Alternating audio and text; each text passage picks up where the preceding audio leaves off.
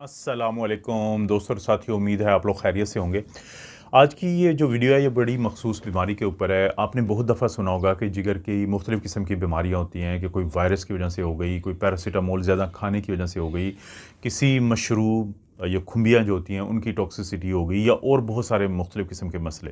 लेकिन कभी आपने सुना है इससे पहले, या हो सकता है सुना हो लेकिन बहुत कम लोगों ने सुना होगा, कि कोई ऐसी बीमारी भी होती है जिसमें आपके जिस्म का जो मुदाफ़ती निज़ाम है वो आपके इस हिस्से यानी जिगर, जो कि इतना बड़ा एक ऑर्गन है, जो आपका 5 जो बड़े ऑर्गन्स होते हैं उनमें से एक है, वाइटल ऑर्गन्स में से एक है, और साइज़ के लिहाज से कहा जाता है कि शायद ये जो या सबसे बड़े जो ऑर्गन्स हैं उनमें से एक है।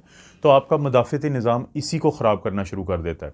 उस बीमारी को का जो नाम दिया जाता है उसको कहा जाता है ऑटो इम्यून हेपाटाइटिस। हेपाटाइटिस सुनते रहते हैं आप, आइटिस जहाँ पे भी आता है इन्फ्लेमेशन या सोजिश, इसका मतलब है आपके जिगर की इन्फ्लेमेशन होती है, जिगर की सोजिश होती है, जिगर की ख़राबी होती है, लेकिन ऑटो इम्यून है। ऑटो कहते हैं अपने ही, और इम्यून मुदाफ़ती निज़ाम, कि जब आपका मुदाफ़ती निज़ाम आपके जिगर के सेल्स को ख़राब करना शुरू कर दे, तोड़ना शुरू कर दे, वहाँ पे सोजिश पैदा करना शुरू कर दे, तो इसका मतलब है कि आपको एक ऐसी बीमारी हो गई है जिसका नाम है ऑटो इम्यून हेपाटाइटिस।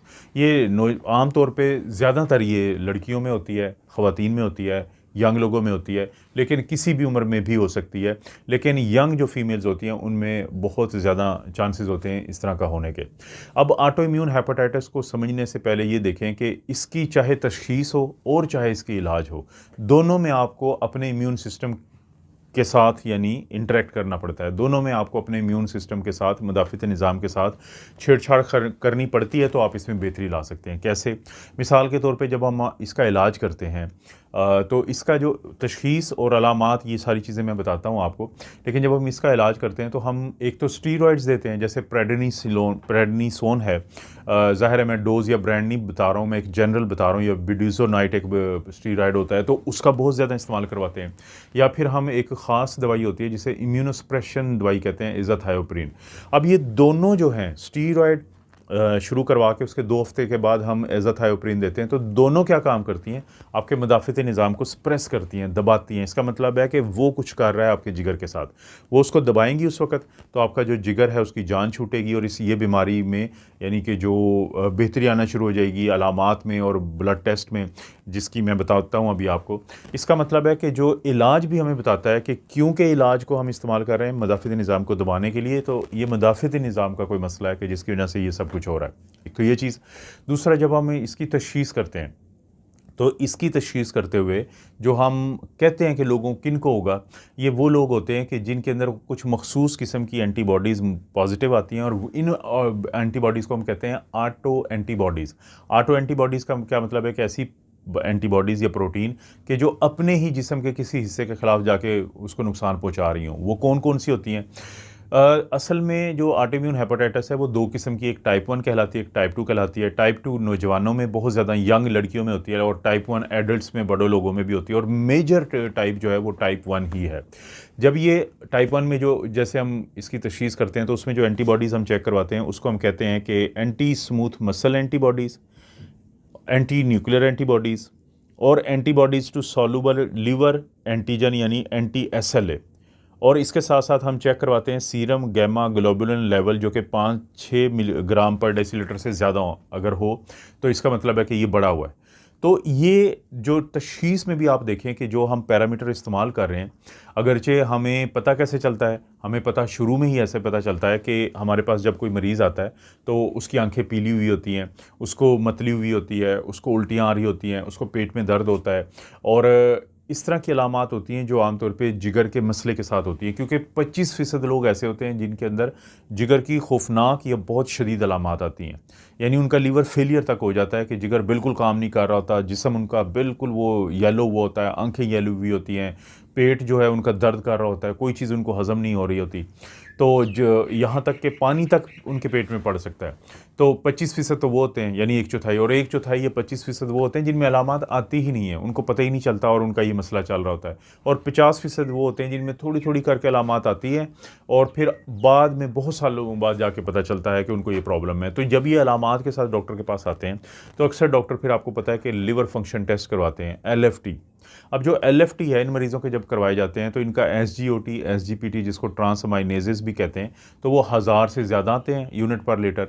इसी तरह से इनका जो बिलिरुबिन जो होता है, टोटल बिलिरुबिन, वो बढ़ा हुआ होता है। तो उसके बाद डॉक्टर को ये तो हो जाता है कि कोई ना कोई ऐसा मसला है कि जिसमें हेपेटाइटिस है, कि जिसमें सोजिश हुई है कि जिगर की। अब जब मुख्तलिफ़ किस्म के टेस्ट करवाए जाते हैं हेपेटाइटिस बी का, सी का, तो वो चीज़ें नहीं मिलती, अल्ट्रासाउंड पे बाकी और कोई पथरी नहीं मिलती, जो तो फिर डॉक्टर को शक होता है कि कहीं ये ऑटो इम्यून तो नहीं है। तो वहाँ पे फिर ये एंटीबॉडीज़ के जिनके मैंने नाम बताए हैं, या आप देख भी रहे हैं कि ये जो नाम लिखे हुए हैं, तो ये टाइप 1 में। अब टाइप 2 जो मैंने बताया था, तो उसमें कौन-कौन सी फिर एंटीबॉडीज़ या ऑटो एंटीबॉडीज़ हमारे सामने आती हैं। उसमें antibodies to liver kidney microsomal type 1 होती है, तो उससे जाके जो है वो हमें टाइप 2 का पता चलता है, लेकिन ये भी ऑटो एंटीबॉडीज़ हैं। तो इसके अलावा क्या चीज़ हमें मदद करती है इसकी तशख़ीस में? वो मदद करती है हमें बायोप्सी, लिवर बायोप्सी, कि हम जिगर की बायोप्सी करते हैं। हम वो मवाद निकाल के अल्ट्रासाउंड या सीटी गाइडेड वहाँ से वो निकाला जाता है और फिर मुआयना किया जाता है, तो मख़सूस किस्म की चेंजेस मिलती हैं हमें, और वो फिर बताती हैं कि ये ऑटो इम्यून हेपेटाइटिस हो सकता है। ये अक्सर देखा गया कि फ़ैमिलीज़ में होता है, यानी अगर किसी के एक रिश्तेदार को था तो दूसरे को हो सकता है, और उन लोगों में ज़्यादा होता है कि जिनमें और कोई ऑटो इम्यून डिज़ीज़ होती है, जिनमें कोई और जो है ऐसी बीमारी थी, जैसे कि थायराइडाइटिस एक बीमारी होती है कि जिसमें थायराइड जो है वो उसकी इन्फ्लेमेशन हुई होती है इसके हाथों के मुदाफ़ित निज़ाम के हाथों। इसी तरह से आर्थराइटिस यानी रूमेटॉइड आर्थराइटिस, वो भी एक ऑटो इम्यून मसला होता है, वो इन लोगों में ज़्यादा होता है। इस शॉगरेन सिंड्रोम होती है कि जिसमें हमारे मुंह के और आँखों के जो गदूद होते हैं और बाकी जगहों पे जो ग्लैंड्स होते हैं, तो वो मुतासर होते हैं, ये मसला हो सकता है। इसी तरह से अल्सरेटिव कोलाइटिस, जिसमें एक ये इन्फ्लेमेटरी बाउल डिजीज़ है, तो ये भी ऑटो इम्यून मसला है।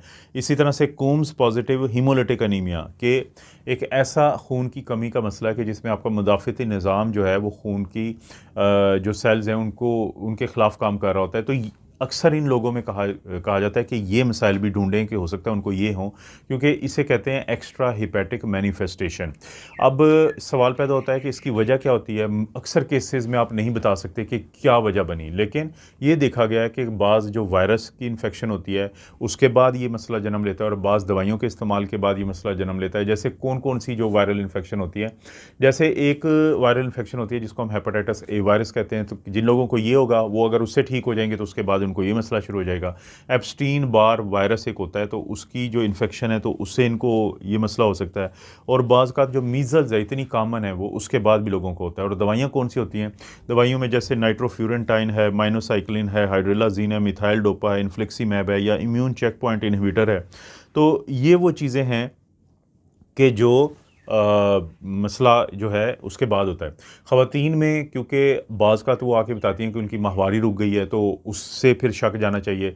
डिप्रेशन की अलामात ज़्यादा हो जाती हैं उन लोगों को जिनको ये मसला चल रहा हो। और इसी तरह से ख़वातीन जिनको हमल के बाद या बच्चे की प्रेगनेंसी के बच्चे की पैदाइश के बाद ये मसला ज़्यादा हो जाता है, तो इसको हम कहते हैं ऑटो इम्यून हेपेटाइटिस। आपको पता है दोस्तों, मैं इस तरह की वीडियोज़ बनाता रहता हूँ। वीडियो को लाइक करें, चैनल को सब्सक्राइब करें।